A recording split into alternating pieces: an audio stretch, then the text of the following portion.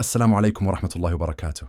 موعد مباراة منتخب العراق ومنتخب الكويت في إياب تصفيات كأس العالم، الجولة الثالثة من المجموعة الثانية، وتبدأ المباراة يوم الخميس 20 من مارس، وتبدأ المباراة في الساعة 9:15 مساء على ملعب مدينة البصرة الرياضية جذع النخلة.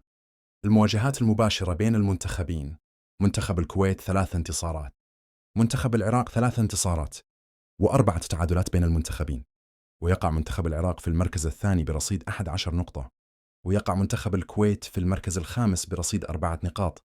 واستنقل المباراة على قناة بين سبورت HD4.